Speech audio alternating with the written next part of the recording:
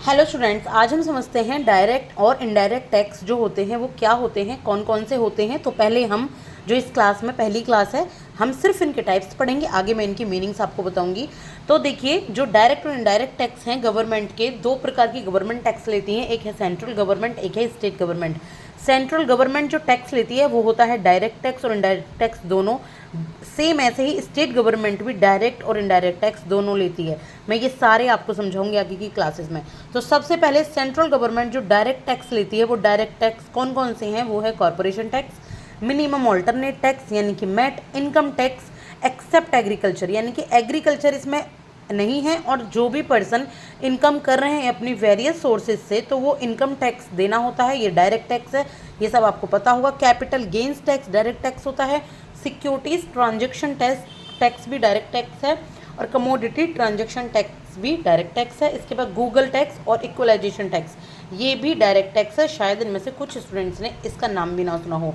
तो I hope कि आपको ये टैक्स के प्रकार समझ हैं। आगे की जो क्लास है उसमें मैं आपको बताऊंगी कि सेंट्रल गवर्नमेंट की जो डायरेक्ट टैक्स हैं, इन सब की क्या क्या मीनिंग है। तो मैं एक दो करके सारी ही क्लासेस में एक शॉर्ट पार्ट में मैं ये सारे कंप्लीट कर दूंगी। फिर मैं आपको बताऊंगी स्टेट गवर्नमेंट का जो डायरेक्ट टैक्स और इनडायरेक्ट टैक्स है वो कौन कौन से होते हैं और इनकी क्या मीनिंग है। साथ के साथ सेंट्रल गवर्नमेंट के इनडायरेक्ट टैक्सेस को भी मैं आगे की क्लास में आपको बताने वाली हूँ। तो stay connected. Thank you so much. Hello students, तो मैंने लास्ट क्लास में आपको बताए थे ये डायरेक्ट टैक्सेस सेंट्रल गवर्नमेंट के, और मैंने इनको आपको बताया था। अब मैं आपको आज की क्लास में इनकी मीनिंग आपको बताने वाली हूँ, ये क्या होते हैं विद एग्जांपल्स, तो आप बहुत आसानी से समझ पाएंगे और कभी भी नहीं भूलेंगे। तो सबसे पहले हम समझते हैं कॉर्पोरेशन टैक्स को और मिनिमम ऑल्टरनेट टैक्स क्या होता है, यानी कि मैट क्या होता है। तो देखिए, जो यहाँ पे डायरेक्ट टैक्स होते हैं, सबसे पहले ये दोनों, ये आपको पता ही है। कॉर्पोरेशन टैक्स होता है, ये लिवाइज होता है कंपनी के प्रॉफिट पे। किसी भी कंपनी या कॉर्पोरेशन जो बहुत सारे लोगों ने मिलकर खोली है अपने ही प्रॉफिट के लिए, तो ये उन पर लिवाई होता है। ठीक है, एक प्रकार का डायरेक्ट टैक्स है, और डायरेक्टली ये गवर्नमेंट को पे किया जाता है इनके ही ओनर्स के द्वारा जो भी इसके प्रॉफिट को रख रहे हैं। जैसे कि ये हैं 4 पर्सन कोई भी, ठीक है, इन्होंने मिलकर एक कंपनी खोली हुई है जिसका नाम है एक्स कंपनी। तो इनको प्रॉफिट हो रहा है अपनी कंपनी पर, इनका जो भी टर्नओवर है 40 लाख का है, 60 लाख का, 80 लाख का टर्नओवर है, इन पर इन्होंने सारी सैलरी निकाल दी अपनी कंपनीज की, सारे खर्चे निकाल दिए, एक्सपेंडिचर जो भी इनके पास अब एक X% प्रॉफिट बचता है कंपनी का, इस पर वो क्या करेंगे, कॉर्पोरेशन टैक्स पे करेंगे। किसको? गवर्नमेंट को। ठीक है, ये होता है कॉर्पोरेशन टैक्स। इसके बाद बात करेंगे मिनिमम ऑल्टरनेटिव टैक्स की। तो मैट क्या होता है? मैट उन कंपनीज पर लिवाई होता है जो अपना प्रॉफिट जीरो दिखाती हैं। देखिए, अगर कंपनीज कहती हैं कि हमारा प्रॉफिट जीरो है, बिल्कुल प्रॉफिट है ही नहीं, तो इससे अच्छा है कि उस कंपनी को बंद कर लो। क्यों? वो कंपनी आपने खोल रखी है। तो यहाँ पर है एक कंपनी जिसका टर्नओवर है 500 करोड़, और ये सारे एक्सपेंडिचर निकाल के कह रही है कि हमारा तो 500 करोड़ ही पूरा खर्चा हो गया। ठीक है, अब हमारे पास कोई भी प्रॉफिट नहीं बचा है। तो गवर्नमेंट कहती है अच्छा, प्रॉफिट नहीं बचा, कोई बात नहीं, तुमने कंपनी तो खोली हुई है, तुम मुझे अपने टर्नओवर पे ही टैक्स दो। थोड़ा कम टैक्स होता है, लेकिन टर्नओवर पे ही X% टैक्स गवर्नमेंट को पे करना होता है, वरना गवर्नमेंट कहती है कि अपनी कंपनी बंद कर लो। क्योंकि बहुत सारी कंपनीज, बहुत सारे लोग ऐसे भी हैं जो क्या करते हैं, इन टैक्सेस को छुपा लेते हैं, कुछ फाइल्स इस तरीके से दिखाते हैं, कुछ एक्सपेंडिचर दिखाते हैं कि हमें प्रॉफिट हो ही नहीं रहा, तो हम किस प्रॉफिट पर आपको टैक्स दें। तो गवर्नमेंट कहती है अच्छा है, इससे अच्छा अपनी कंपनी बंद कर लो, या तुम अपने टर्नओवर पे ही मुझे कुछ % टैक्स के दो।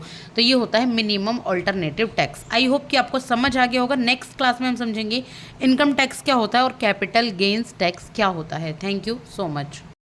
हेलो स्टूडेंट्स, तो लास्ट क्लास में हमने डायरेक्ट एंड इनडायरेक्ट टैक्सेस में सेंट्रल गवर्नमेंट के डायरेक्ट टैक्सेस को पढ़ा था कि कौन कौन से होते हैं, और हमने कॉर्पोरेशन टैक्स और मिनिमम ऑल्टरनेट टैक्स को पढ़ लिया था। ठीक है, इसके बाद आज की जो क्लास है उसमें हम पढ़ेंगे इनकम टैक्स को और कैपिटल गेन्स टैक्स को, किए कौन कौन से होते हैं, क्या होते हैं, इनकी मीनिंग को समझते हैं।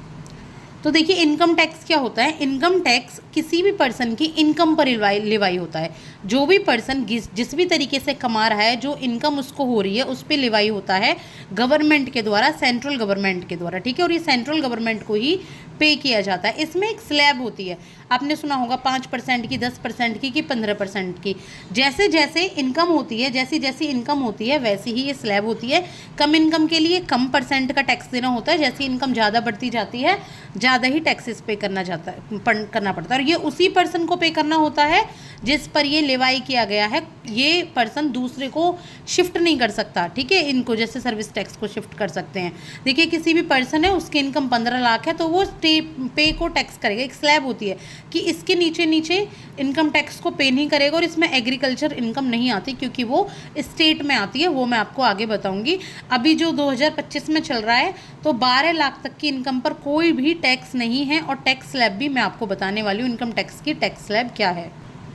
तो ये देखिए 2025 से 26 की जो इनकम टैक्स स्लैब है वो है 0 से 4 लाख। सबसे पहले एक बात समझ लो कि अप टू 12 लाख तक तो आपको कोई टैक्स नहीं देना, यानी कि अगर आप 12 लाख से कम कमाते हैं तो आपको कोई टैक्स नहीं देना। लेकिन अगर आप 12 लाख से ज़्यादा कमाते हैं ना, तो आपके 4 लाख तक, 0 से 4 लाख तक आपको कोई टैक्स नहीं देना होगा। 4 लाख की इनकम से, 4 लाख से 8 लाख के बीच की इनकम पे फिर आपका 5% शुरू हो जाएगा, ठीक है। और 8 लाख से 12 लाख पर 10% लगेगा, 12 लाख से 16 लाख पे आपका 15% लगेगा, 16 लाख से 20 लाख पे 20% और 20 लाख से 24 लाख पे 25%। ये तब लगेगा आपका जब आप 12 लाख से ज़्यादा कमा रहे हैं, तो 4 लाख से आपका टैक्स स्टार्ट हो जाएगा लगना। और अब मैं आपको जो बताने वाली हूँ 1 मिनट में वो बताऊंगी मैं आपको कैपिटल गेन टैक्स। तो कैपिटल गेन टैक्स लगता है जब आप कोई भी कैपिटल खरीदते हो, आपने कोई कैपिटल पे प्रॉफिट कमाया है। जैसे कि आपने प्रॉपर्टी खरीदी 1 करोड़ में, आपने बेची अगर उसको 90 लाख में, तो आपको टैक्स नहीं देना। अगर आपने 1 करोड़ में बेच दी तो भी आपको टैक्स नहीं देना। लेकिन अगर आपने 1 करोड़ 10 लाख की, तो आपको इस 10 लाख पर एक X% का कैपिटल गेन टैक्स आपको देना होगा। ये आपका डिसाइड होता है अपना गवर्नमेंट के द्वारा ही, ठीक है। और चेंज भी होता रहता है, तो अब देख लीजिएगा कि अभी क्या कैपिटल गेन्स टैक्स चल रहा है। चलो, thank you so much. Hello students, तो आज हम गवर्नमेंट जो टैक्स लेती है, यानी कि सेंट्रल गवर्नमेंट जो टैक्स लेती है, तो उनके डायरेक्ट टैक्सेस में से हम समझेंगे सिक्योरिटीज ट्रांजैक्शन टैक्स को और कमोडिटी ट्रांजैक्शन टैक्स को। तो अभी तक हमने जान लिया था, मैं आपको एक बार दिखा देती हूँ। अभी तक हमने जान लिया था कॉरपोरेशन टैक्स को, मिनिमम ऑल्टरनेटिव टैक्स को, इनकम टैक्स को, कैपिटल गेन्स टैक्स को, और आज हम सिक्योरिटी ट्रांजैक्शन टैक्स और कमोडिटी टैक्स को पढ़ने वाले हैं। तो देखिए सिक्योरिटीज ट्रांजैक्शन टैक्स किसको कहते हैं। तो ये टैक्स होता है जो जब भी आप कोई सिक्योरिटी खरीदते हो, जैसे कि आप शेयर खरीद रहे हो, बॉन्ड खरीद रहे हो अपनी स्टॉक मार्केट से, तो आपको गवर्नमेंट ऑफ इंडिया को, यानी कि सेंट्रल गवर्नमेंट को ये पे करना होता है टैक्सेस। किस पे? सेलिंग और परचेजिंग ऑफ सिक्योरिटीज़ पे। आपने अगर कभी सेलिंग परचेजिंग की होगी, शेयर्स खरीदे हों या बॉन्ड खरीदे हों, तो जब भी आप शेयर्स को बेच रहे होते हैं और शेयर्स को खरीद रहे होते हैं, तो कुछ परसेंट आपके टैक्स के लगते हैं, ठीक है, जो सीधे गवर्नमेंट को जाते हैं। तो ये सिक्योरिटीज़ के परचेज पर लगता है, सिक्योरिटीज़ ट्रांजैक्शन टैक्स, ठीक है। इसके बाद है कमोडिटी ट्रांजैक्शन टैक्स।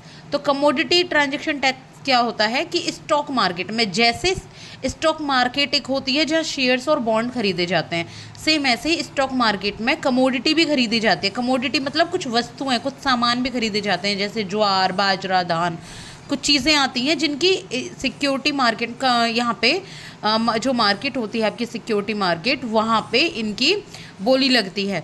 तो जैसे एक पर्सन है, ये बाजरा लेकर आया है, ये बेच रहा है स्टॉक मार्केट में, तो ये इसको टैक्स देना है। कुछ लोग हैं, इन्होंने ये ख़रीदा है, ये बायर हैं, अलग अलग बायर हैं, तो इनको भी टैक्स पे करना है। तो इस तरीके से ये जो टैक्स है ये सेंट्रल गवर्नमेंट के पास जाता है। अब एक टैक्स रह गया है जो कि आपका गूगल इक्वलाइजेशन टैक्स। चलो, तो गूगल इक्वलाइजेशन टैक्स को मैं आपको समझाऊंगी यहाँ पर एक एग्जांपल से। सबसे पहले एक तरीका बता रही हूँ। देखिए, गूगल ट्रांजैक्शन टैक्स वो होते हैं जब भी आप गूगल का पेज ओपन करते होंगे, आप कोई ऐड देखते हो, ऊपर पहले एक ऐड आई हुई होती है, फिर नॉर्मली वेबसाइट आपकी खुलती हैं, ठीक है। तो क्या होता है कि ये यूएस की कंपनी, एक एडसेंस कंपनी, ठीक है, जो मैनेज करती है ऐड को। किसको मैनेज करती है? मैनेज करती है यहाँ पे ऐड को। इसकी एक ब्रांच है बेंगलोर में, ठीक है, अलग अलग जगह भी ब्रांच हो सकती हैं बेंगलोर में। अब हमारे यहाँ की जो कंपनी है, इंडिया की जो कंपनी है, वो चाहती है कि वो अपनी ऐड दे गूगल में। तो इंडिया की कंपनी कहेगी कि भाई मुझे ऐड देना है गूगल में, तो वो बेंगलोर में जाके कहेगी, है यूएस की वो कंपनी, कि मेरा जाके मतलब मेरे को ऐड बनवानी है, मेरा ऐड कर दो किस पे? गूगल पे। तो यहाँ पे ऐड हो जाएगा और ये क्या करेगी, जो एडिसेंस कंपनी है ये कंपनी से काफ़ी सारा चार्ज ले लेगी। तो इंडिया वाले बोल रहे हैं कि भाई अगर आप हमारी कंपनी के थ्रू अपने यहाँ पर कमाई कर रहे हो तो आपको क्या करना है, आपको हमें टैक्स पे करना है। तो इस 6% टैक्स पे करेगी कौन, बेंगलोर में जो कंपनी बैठी है यूएस की, वो हमारी सेंट्रल गवर्नमेंट को।